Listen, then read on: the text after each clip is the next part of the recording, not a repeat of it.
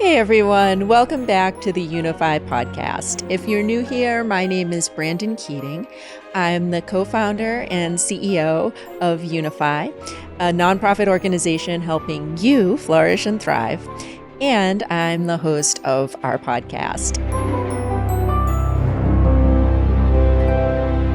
I'm really delighted to be here today with Dr. Eri Mountbatten-O'Malley. He's a senior lecturer in education policy at Bath Spa University in Bath, England. He's also the founder of Flourish Cafe.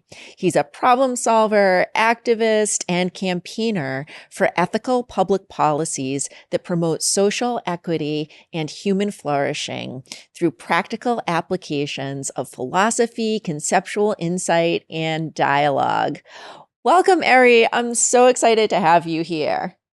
Likewise. Thank you for the invitation, Brandyn. Pleasure. Of course. And Eri, your work sits at the intersection of philosophy, education, and public policy. What first drew you into this complicated field? Oh, gosh.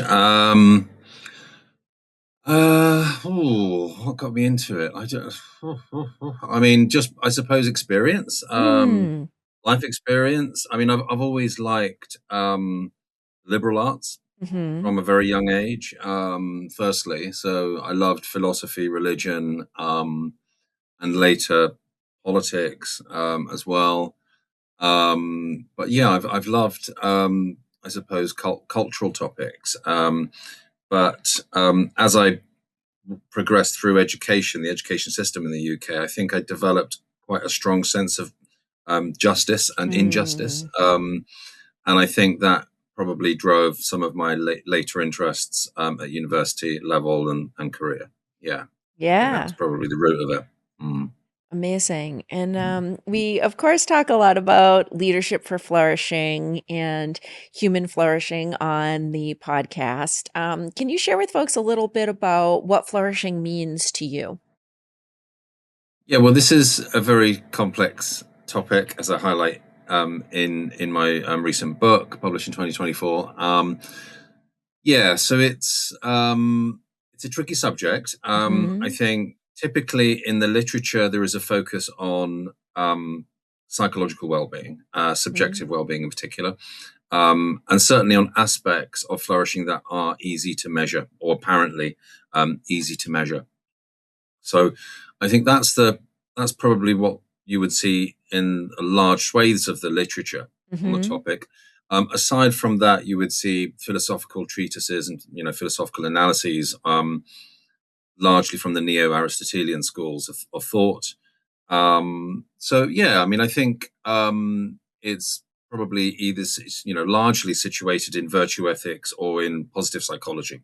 In terms of the sort of large swathes of the literature. I'm quite critical of both of those fields, really, positive psychology and virtue ethics, for different reasons. Virtue ethics has some problems, because they have a tendency towards perfectionism, and I think probably quite a heavy Western focus as well, with their conceptions of flourish, which is natural, of course, because it's rooted in Aristotelian thought.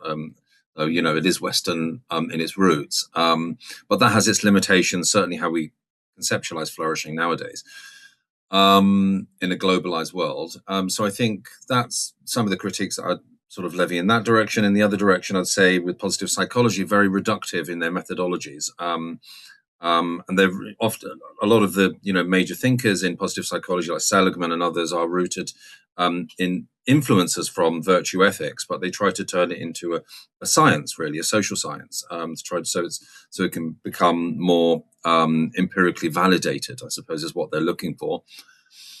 But again, I problematize that in my work because I think it's an incredibly complicated subject, human flourishing, and not really amenable to reductive research. Yeah. So I think, for me, I think it's contextual. I think that's my answer to that would be it's contextual. It depends what we mean. Do we mean a flourishing child, a flourishing cricketer, whatever it might be? That can help to situate the context, and that can help to situate what we mean by flourishing in that given context. I'm evading the answer slightly, but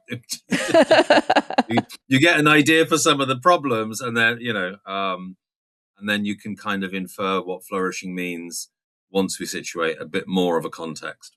Yeah, and it sounds like, it sounds like you are describing the complexity of defining flourishing from an academic standpoint.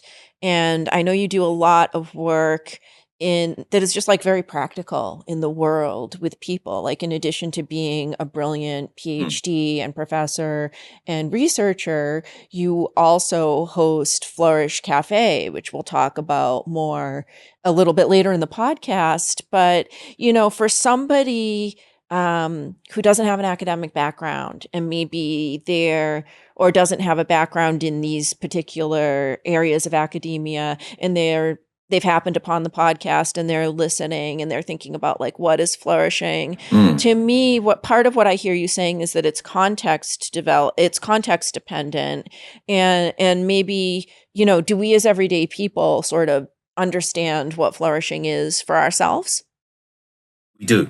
Yeah, we do. I think the problems are with in academia with theorists, and researchers, empirical researchers that want to measure or research the topic. That's when we start to get into problems. To jump ahead maybe slightly, Please, in terms of the Flourish Cafe stuff. So, in my experience, it's incredible. Two things that I've seen with my experience with Flourish Cafe. So firstly, Flourish Cafe is not a cafe, just to be clear with your listeners. Yeah, describe to people what it is and how it came to be. Yeah, well, I mean, it's a form of creative methodology for thinking and visualizing, visioning. So it's a way to bring people together in creative dialogue to think deeply about a subject using both head and heart, really. And you unlock the heart and kind of rid yourself of some of the shackles of the kind of rationalism that is rife in the West again. You rid yourself of some of that through just engaging in creative dialogue, really. It's just the process. The process elicits deeper ways of thinking about a topic. So one of the surprising things that came up, and obviously I can talk a lot more about the process and what Flourish Cafe is, but just to sort of stay on the point there, what was amazing with my experience with all the different communities that I've been working with is that nobody has a problem really to understand what flourishing is in the community. It's really quite straightforward, and they just know what it is intuitively. So in some respects, that's unsurprising, as Peter Hacker has pointed out in some of his works. We don't need, surveys in order to understand the moves on a chessboard, for example. Yeah. We just know how to play chess through practice. And it's a bit similar with understanding concepts like flourishing. We just know the rules of how to use it, and we know when it doesn't make sense. Intuitively, we might not understand why, and we don't know the justifications for certain conceptions of flourishing, etc., and the detailed, all of those sorts of academic bits. But we just understand what it is intuitively, and that's through practice. That's because it's part of our language. We use it, so we use it in our everyday world, and therefore the rules, the implicit rules, are just practiced and understood. And so there's a lot of understanding about what flourishing means in the ordinary community. The problems are that people don't necessarily have space to think deeply about flourishing, and that's what Flourish Cafe elicits, is a space where we can think deeply on this topic. And that I think is what's really powerful about the approach that I take, the World Cafe approach that I take with Flourish Cafe, is that it elicits that space of deep dialogue, and people actually come away very much enlightened and enlivened by that depth, that sense of depth that they have, and that connection with others. And do you need to have any kind of an academic background to participate in Flourish Cafe? No, it's just No. everybody bringing their lived Yeah. experience, their own Right. natural understanding of flourishing, and giving that space outside of the hectic day to day where we're bombarded by our to-do lists and our work and kids and whatever Yes. else. It's giving that space to really bring up that intuitive knowledge and work with it. Yeah, there is a, there is a, it is a form. I guess you could couch Flourish Cafe as a form of informal learning, Mm-hmm. so informal education, Mm-hmm. Like in the public. sense that, yeah, in the sense that it's not formal education. There's nothing that we're setting out to achieve in any formal system, but it still allows learning to take place through the process, through the method, and in community settings. So you see all sorts of different informal methods of education in churches and other community groups, Mm-hmm. activist groups, all sorts of different things, special interest groups. But yeah, this offers really the space for people to just really think about it, and that, as I said, is really really transformative, because once people start to think about it, it can actually help them to get a sense of vision for their own lives, which they didn't have before. Yeah. They start to suddenly be able to prioritize the hierarchy of values in their sphere of influence with the people around them, the people they love, the things that matter to them, the things that matter to us as a species, as communities, things like that. So all of those topics are discovered through creative dialogue. Beautiful. And so you mentioned a few minutes ago your 2024 book. Can you share with folks the title of that and a little bit of what you're focusing on and where they can find that? Yeah, it's called Human Flourishing, a conceptual analysis. Mm-hmm. I do have a copy here on the shelf. This is it here. It's probably reversed, but that's Beautiful. fine. Mm-hmm. You get the idea. Um, so yeah, so it's published with Bloomsbury, Mm-hmm. and essentially the book is a research monograph. So it is updated version of my PhD. So it really helps to capture my own journey, if you like, through flourishing, and through the various different difficulties, the complexities, the paradoxes, yeah, just all of the kind of rabbit holes really of flourishing, is what I tried to address. Because I mean, when I first embarked on the concept, you see, I mean, it's a beautiful concept.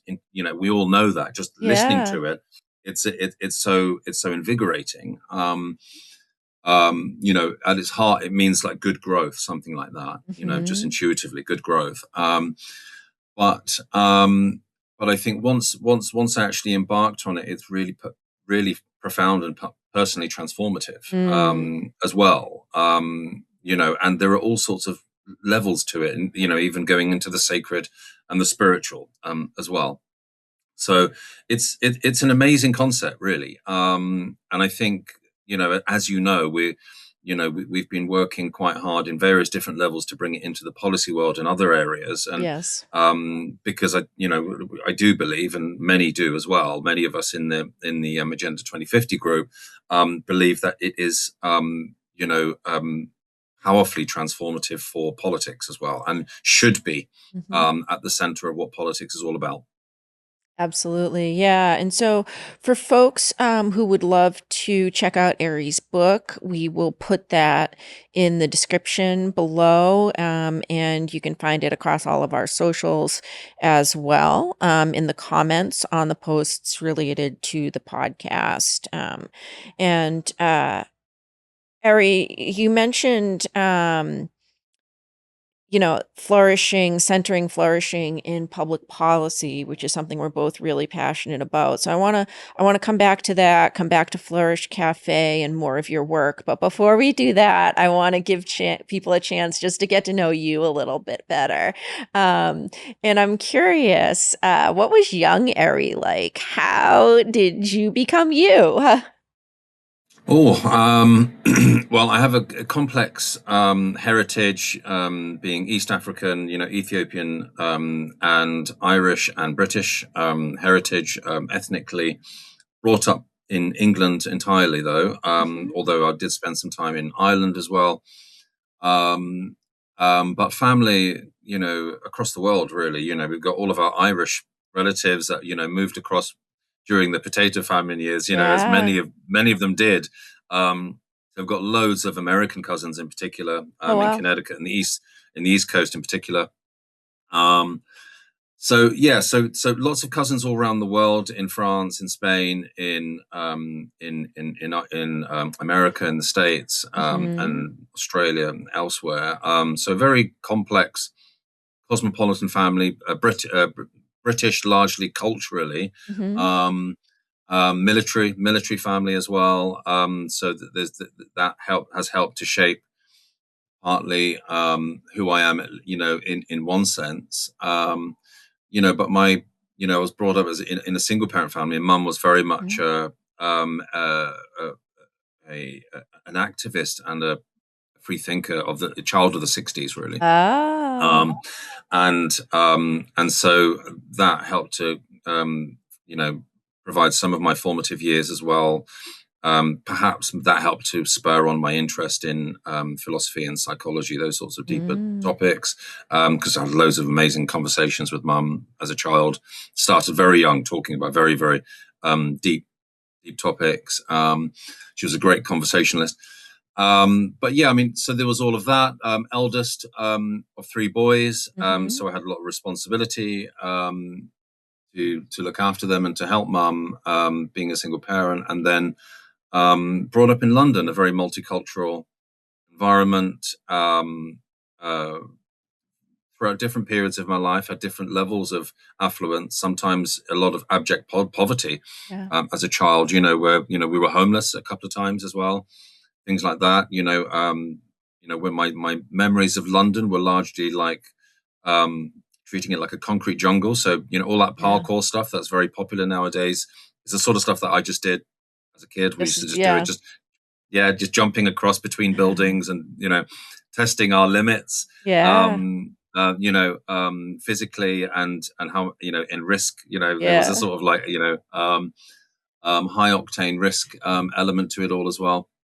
Um, so yeah, so a bit of a wild childhood, I'd say, wild and cosmopolitan, and yeah, like I said, rooted, I think, in a sense of justice. The mainstream education was very strict in this country Mm. during the '80s when I was brought up, and you were just told to sit down and shut up and learn, and that wasn't, of course, my it wasn't Was not your I wasn't up for inclination. that. Yeah. No, I can relate to Was it? so much of this. Yes. So a lot of the education system, squeezes creativity and free thinking, critical thinking, all that expansive thinking out of children. And so that really, yeah, I think that really gave me a lot of passion for justice, issues around public policy harms, Yeah. the potential for, state instruments of the state to cause immense harm in society. So all of that, I suppose, has stirred me up Yeah. into my sort of academic and my intellectual forays, as an adult. Beautiful. And so coming back to your approach to flourishing and to education, how would you say that your philosophical approach differs from more mainstream psychological or policy driven approaches?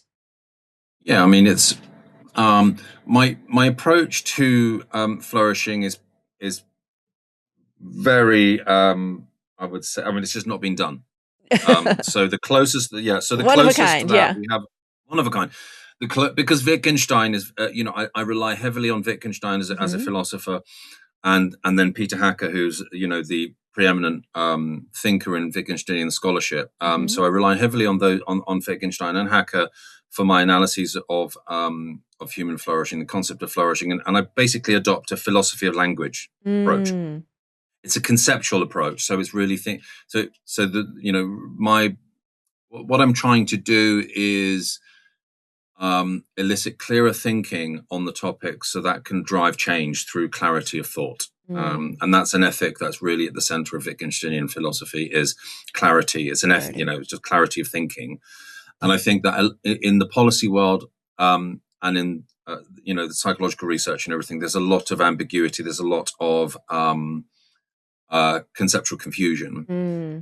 Obviously, in politics, you get all of the agendas, right? Yes. You'll know all about that with the work that all your experience, your extensive experience in politics. So it's really agenda driven. So in that regard, you see a twisting of concepts for political purposes. And so there's a lot of dishonesty in the policy world. So that's one thing. But politics often relies on academia, and so the academic world is, it has a very political role actually, in terms of informing various policy analysts and those advisors that advise the decision makers and so on. So it's really foundational to influencing. So the research is influential in that regard. And so if you have a lot of research that's reductive in positive psychology and other areas that is helping to inform the policy realm as well, then you have a kind of toxic relationship between academia and politics that's driven by agenda and confused, conceptual confusion. So that's really what I'm trying to address with my work. And if understood, so if understood properly, it's very powerful, really. It can be really transformative, and of course that's partly what we're trying to do with the Global Flourishing Goals Initiative, is to help to open up the dialogue, at least. So not just with my work, but with all of the great work that's happening across the spectrum, just to get people talking about it. And the idea is, hopefully, once we can get people talking, then that clarity will emerge. Yes, beautiful. And speaking of the Global Flourishing Goals, so you, of course, contributed to the discussion paper, along with myself and several others, the discussion paper proposing Global Flourishing Goals as the next evolution of the United Nations Sustainable Development Goals when they expire in 2030, which, for anyone who isn't familiar, the Sustainable Development Goals now drive a lot of public policy, of nonprofit NGO behavior, of business behavior, and they expire in 2030. So these Global Flourishing Goals that we've proposed are meant to help really center flourishing in how we think about policy and think about a North Star for these other sectors. And we will put, for folks who are watching and listening, we'll put a link to the short discussion paper, which is a very quick read, in the comments and in the description. So you can check that out. And you can also, there'll be links in there also for our Write the Future campaign, where you can actually gather in your own community to imagine the enabling conditions for flourishing and start to take action right in your own community on those enabling conditions. But Eri, so one of your big contributions to the paper was the GUARD framework. And I'm wondering if you can share a little bit for folks about what is that? Oh gosh, right, you're testing me now. I'll have to look it up. I suppose I can talk about my heart when it comes to what I was trying to achieve with the GUARD framework. Yeah. In my intention. Please. So, you've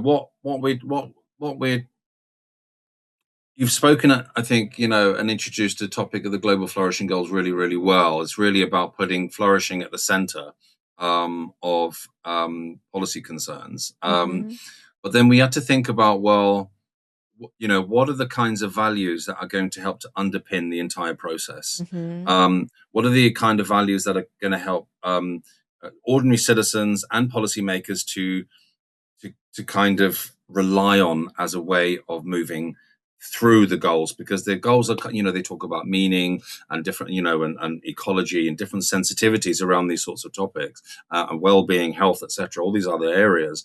But what's really foundational to all of that, and I think that's where the GUARD framework can help. It can help policymakers to help to understand, the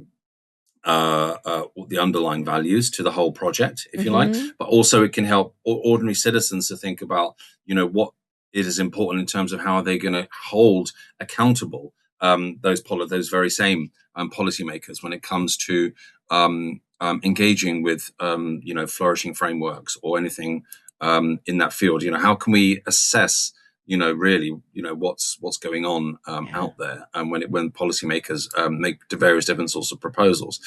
So, for me, the GUARD framework is it's really centered around the concept of dignity. And it's all about recognizing, and this of course is enshrined in the UN, various sort of founding charters, and the human rights framework. So that isn't original. It's just it's just about recognizing the importance of human dignity, and and I think, what can we do to promote systems that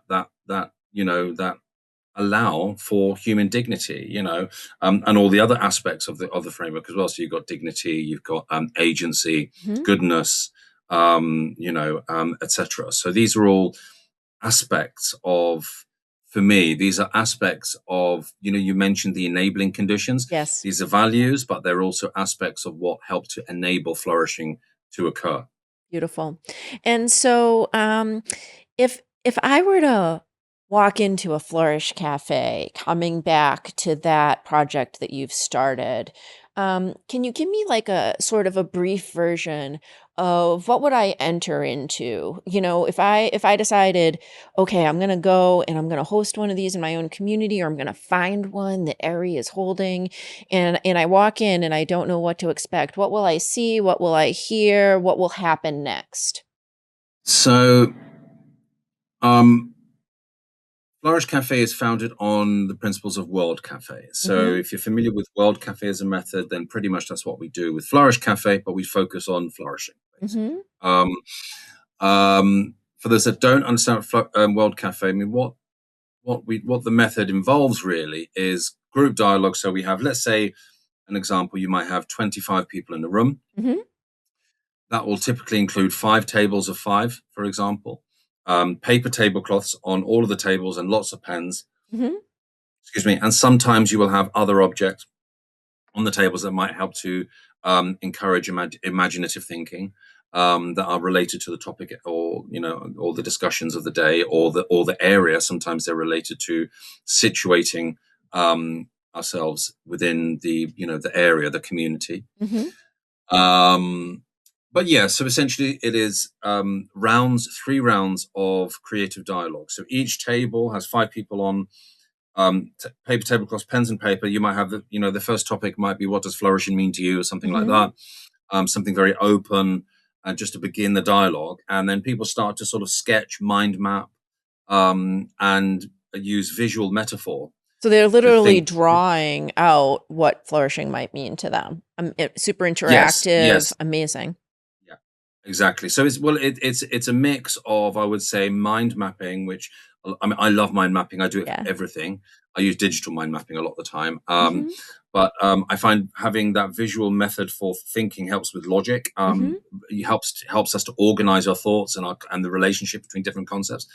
That is an informal method of conceptual analysis, which is what I do with the book. Not obviously, it's not, that's just an informal way. So it's not, I use the formal methods with my work. But essentially, that's what you're doing when you're doing mind mapping. You're doing connective analysis between concepts, and you're ordering them for a specific purpose. And this is what you do, what you would do with a conceptual analysis, although at a different level.